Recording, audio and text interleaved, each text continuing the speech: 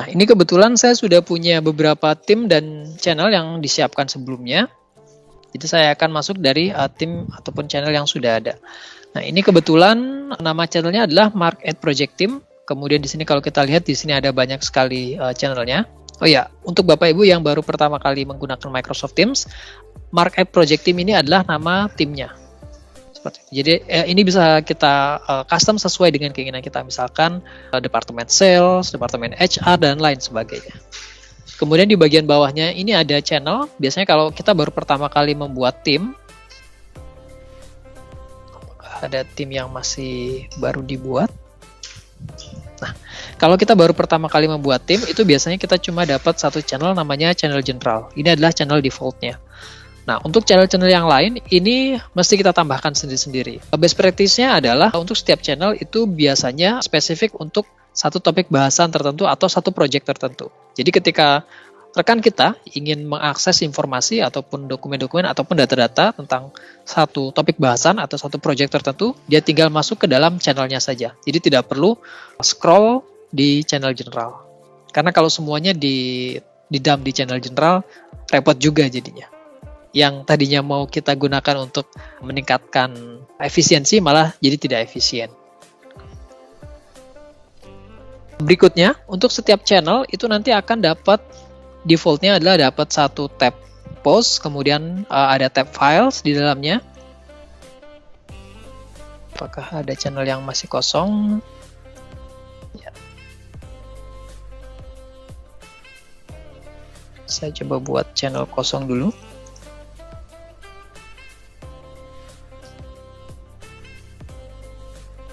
Ini kebetulan channel yang sudah disiapkan isinya sudah banyak.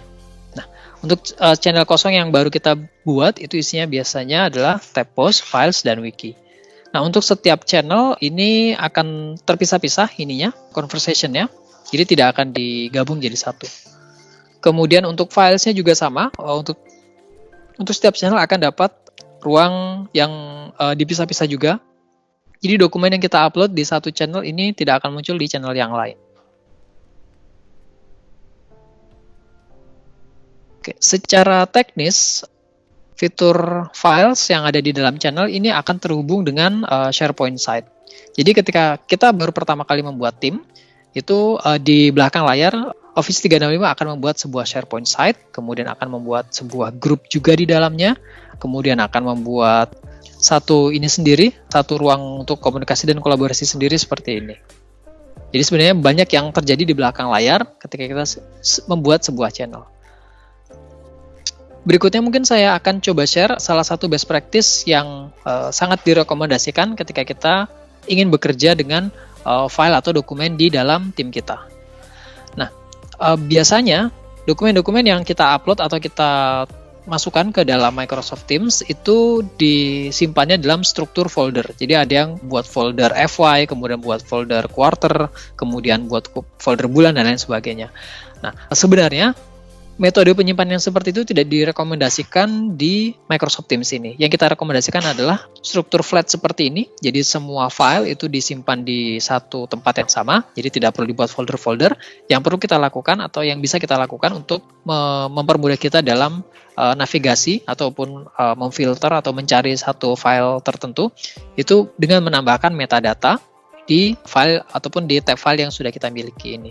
Nah, untuk penambahan metadata ini kita lakukan dari SharePoint site-nya, jadi bukan dari Microsoft Teams.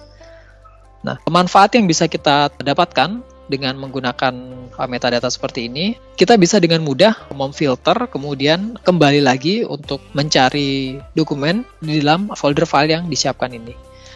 Misalnya, di sini saya akan coba filter berdasarkan quarternya, jadi saya hanya ingin file dengan tag quarter 1 saja yang muncul. Oke, jadi nanti akan difilter hanya file dengan metadata quarter 1 saja yang ditampilkan. Kemudian kalau saya mau lebih spesifik lagi, saya bisa tambahkan filter kedua. Misalnya hanya untuk departemen sales saja.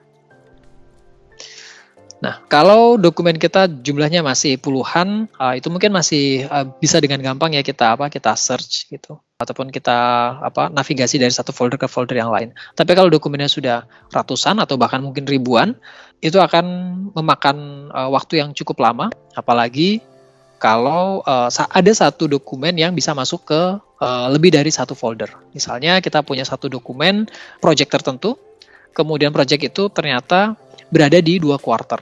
Nah, jadi kita mesti membuat shortcut atau mesti membuat duplikasi satu dokumen itu ke folder yang lain. Nah, kalau misalkan kita punya duplikasi, bisa jadi nanti ketika ada yang merubah salah satu dari duplikasi dokumen tersebut, rekan-rekan kita tidak tahu, kemudian dia mengakses file yang ternyata belum diupdate, kemudian informasi yang dia dapatkan jadi tidak akurat.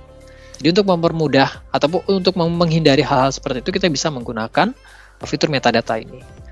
Nah, plus secara performance juga akan lebih cepat untuk kita filter dokumennya karena kita tidak perlu membuka ataupun masuk ke dalam folder-folder. Jadi cukup melakukan filter berdasarkan metadata yang sudah kita siapkan.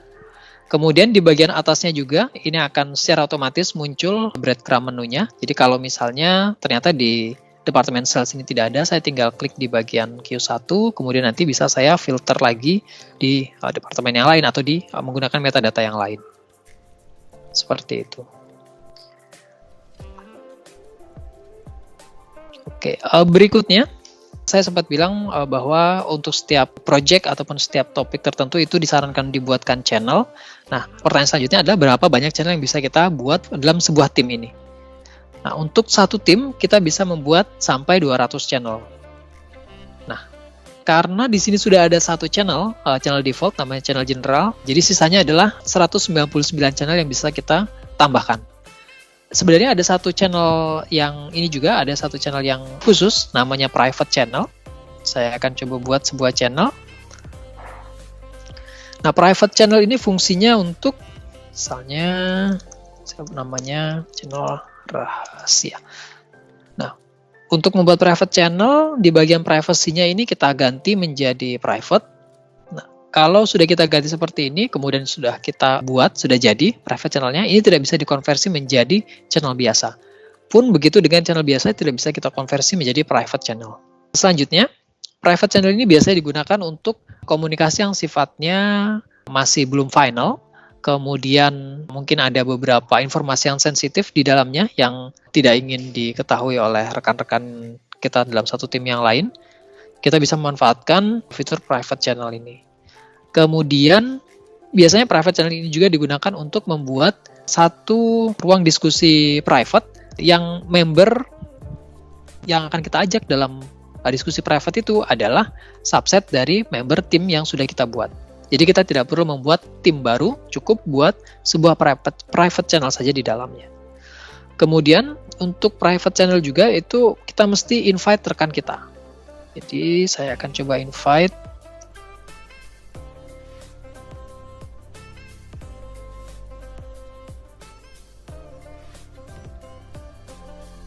Nah, siapa-siapa saja yang bisa di-invite ke dalam private channel ini? Yang bisa kita invite adalah rekan-rekan kita yang sudah berada di dalam tim induk dari private channel ini. Jadi di sini timnya adalah Mark at Project Team. Jadi untuk bisa masuk ke dalam private channel atau bisa di-invite dalam private channel, rekan-rekan saya itu mesti terdaftar terlebih dahulu ke dalam Mark at Project Team. Rekan-rekan saya yang ada di luar Mark at Project Team tidak akan bisa masuk ke dalam private channel.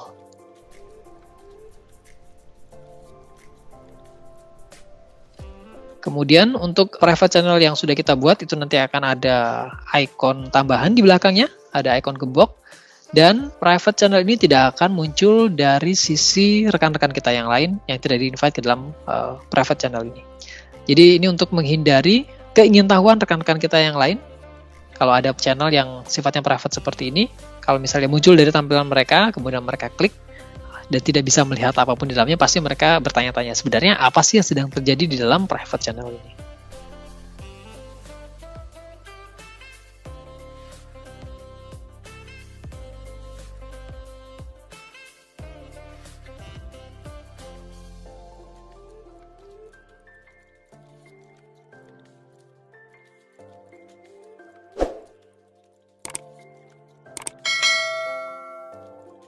Oke, untuk private channel ini total ataupun jumlah yang bisa kita buat dalam sebuah tim itu sampai 30 private channel untuk saat ini.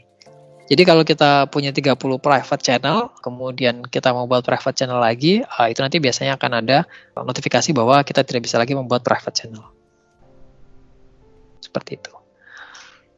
Oke, berikutnya biasanya yang sering dilakukan juga di dalam sebuah channel adalah kita melakukan online meeting.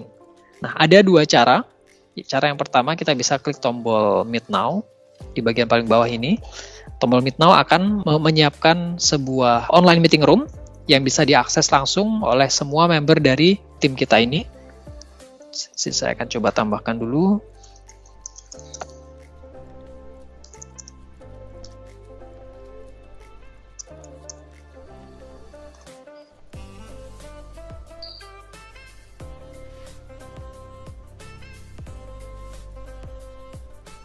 Oke, saya akan coba kembali ke tampilan tampilan channelnya.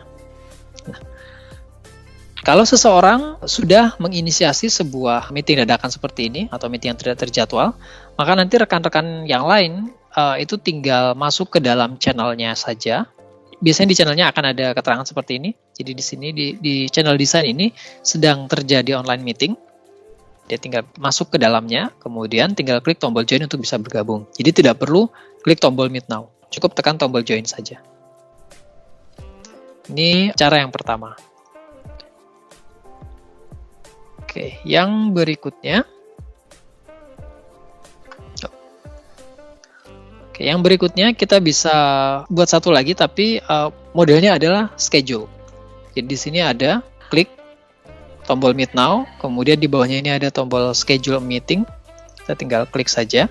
Maka kita nanti akan diarahkan ke satu halaman. Nah, satu halaman khusus seperti ini untuk menjadwalkan sebuah online meeting.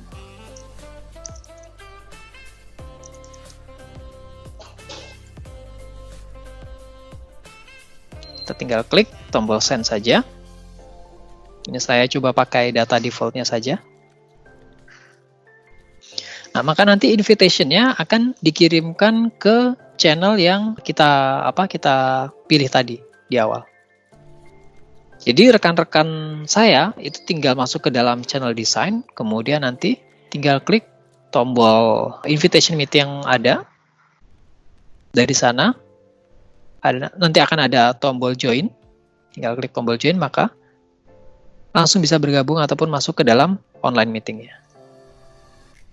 Nah, ini biasanya dilakukan untuk meeting-meeting yang sifatnya tertutup ataupun eksklusif hanya untuk satu departemen ataupun satu divisi saja. Seperti itu. Jadi kita tidak perlu invite manual satu-satu. Nah, kemudian kalau di online meeting yang terjadwal seperti ini ada satu fungsi tambahan yaitu Show Meeting Notes. Nah, Meeting Notes ini bisa kita manfaatkan sebagai alat untuk membuat Minutes of Meeting. Jadi kalau sebelumnya mungkin Minutes of Meeting-nya itu dibuat di file terpisah, kemudian mesti dibuat ataupun kita mesti mendelegasikan satu orang khusus untuk membuat Minutes of Meeting-nya. Nah, kalau di Microsoft Teams kita menyediakan fasilitas untuk membuat Minutes of Meeting yang langsung terintegrasi dengan online meeting-nya. Jadi nanti kita bisa langsung lihat Minutes of Meeting-nya di bagian bawah Invitation Meeting-nya. Saya akan coba tambahkan satu ataupun beberapa poin di Minutes of Meeting-nya.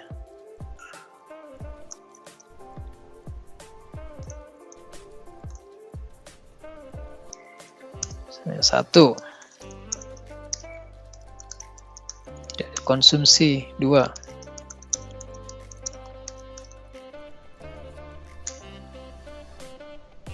misalkan seperti ini tinggal kita tambahkan saja section-sectionnya kalau kita mau menambahkan catatan-catatan baru ataupun kita mau melengkapi catatan yang sudah ada. Kalau sudah selesai bisa langsung kita tutup saja. Kemudian di sini saya akan coba tutup juga. Nanti kita bisa lihat Minutes of Meeting-nya itu langsung terintegrasi. Nah, langsung muncul di sini, show notes in full screen. Nah, ini adalah minutes of meeting yang sudah dibuat di dalam meeting yang kita jadwalkan ini. Jadi tidak perlu lagi kita mengirimkan hasil atau mengirimkan minutes of meeting ke semua partisipan setelah selesai meetingnya. Karena begitu meetingnya sudah selesai, partisipan bisa langsung melihat MOM-nya di sini. Jadi tidak perlu ini tambahan lagi file tambahan lagi.